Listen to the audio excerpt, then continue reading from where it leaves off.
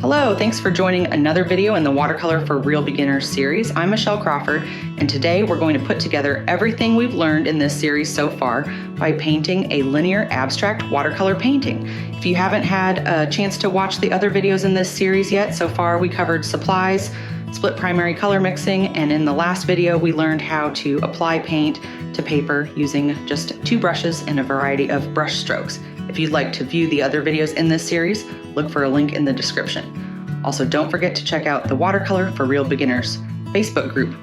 Let's get started by going over our supplies. Throughout the series, I've been using my Winsor and Newton Cotman watercolor pan set, which I have with me again today, as well as 2 watercolor brushes, a number 8 round by Craftimo, and a 3/4 inch wash brush by Princeton.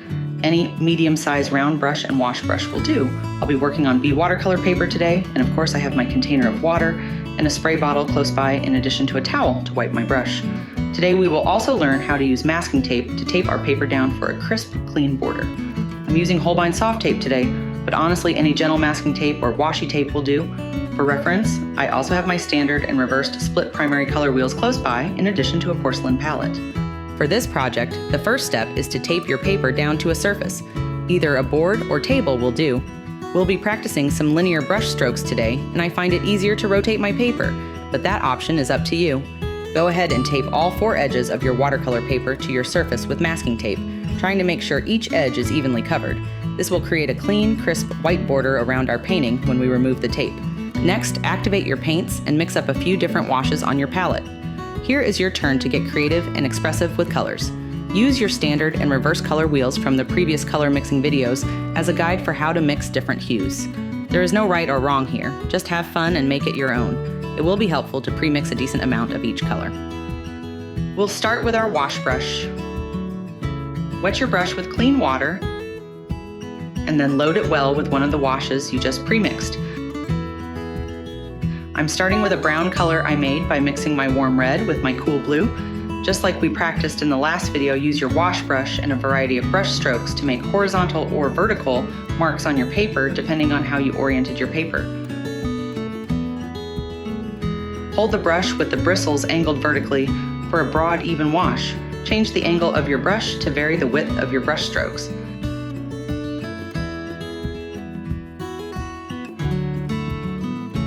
Make sure to practice varying your brush's angle and the amount of pressure used to create a variety of abstract marks on your paper.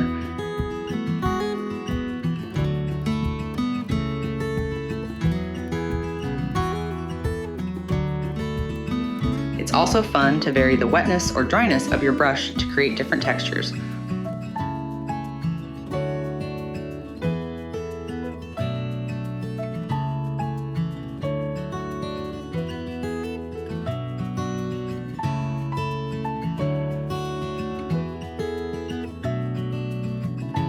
Or to vary the amount of water and paint used in your wash to create variety in the saturation of each color.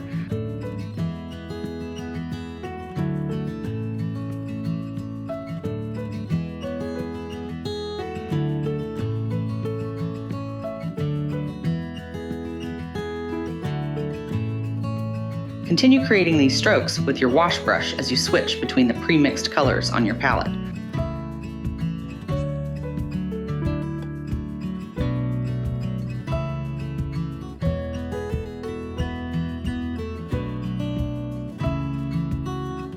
Take this time to enjoy the process.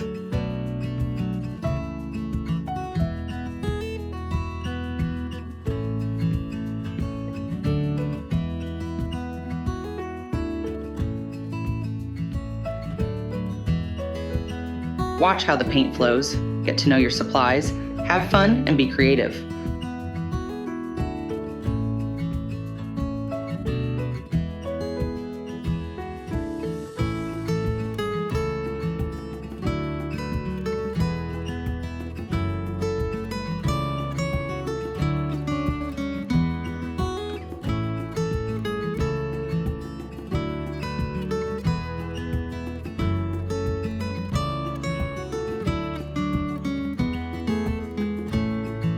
Now let's switch to our round brush.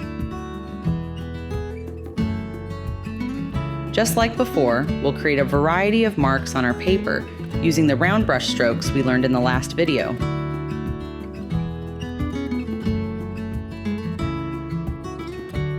Use a vertical hold and light pressure to create thin lines. Use an angled hold or apply more pressure to create more broad strokes. Just as we did with our wash brush, vary the pressure of your brush to create variety of line widths with compound brush strokes.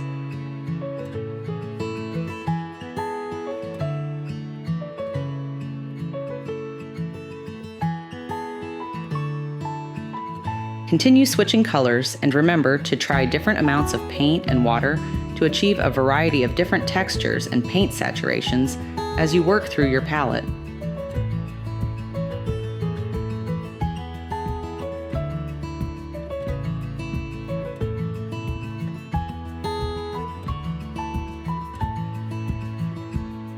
Enjoy yourself, relax, take this time to express yourself creatively.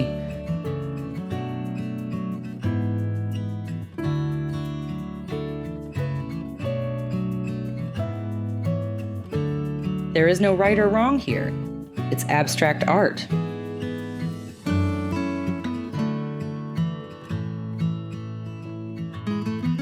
I'll speed up the video a bit now so you can see how my layers continue to progress.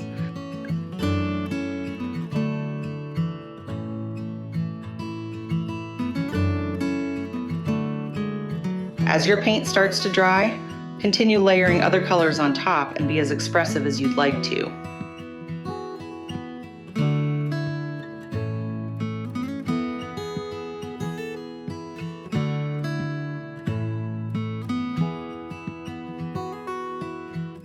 You can stop whenever it feels right to you, or keep going. It's your painting.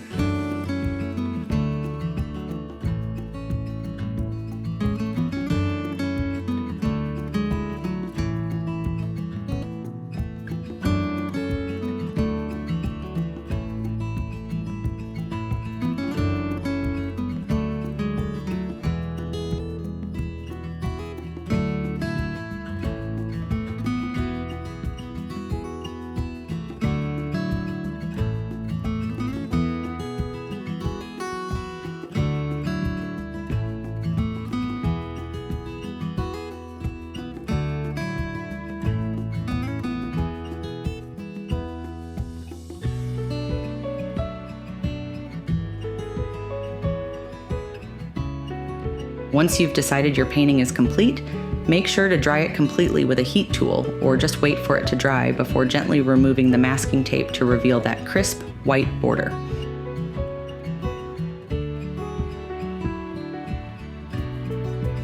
And there you have it, your very first abstract watercolor painting.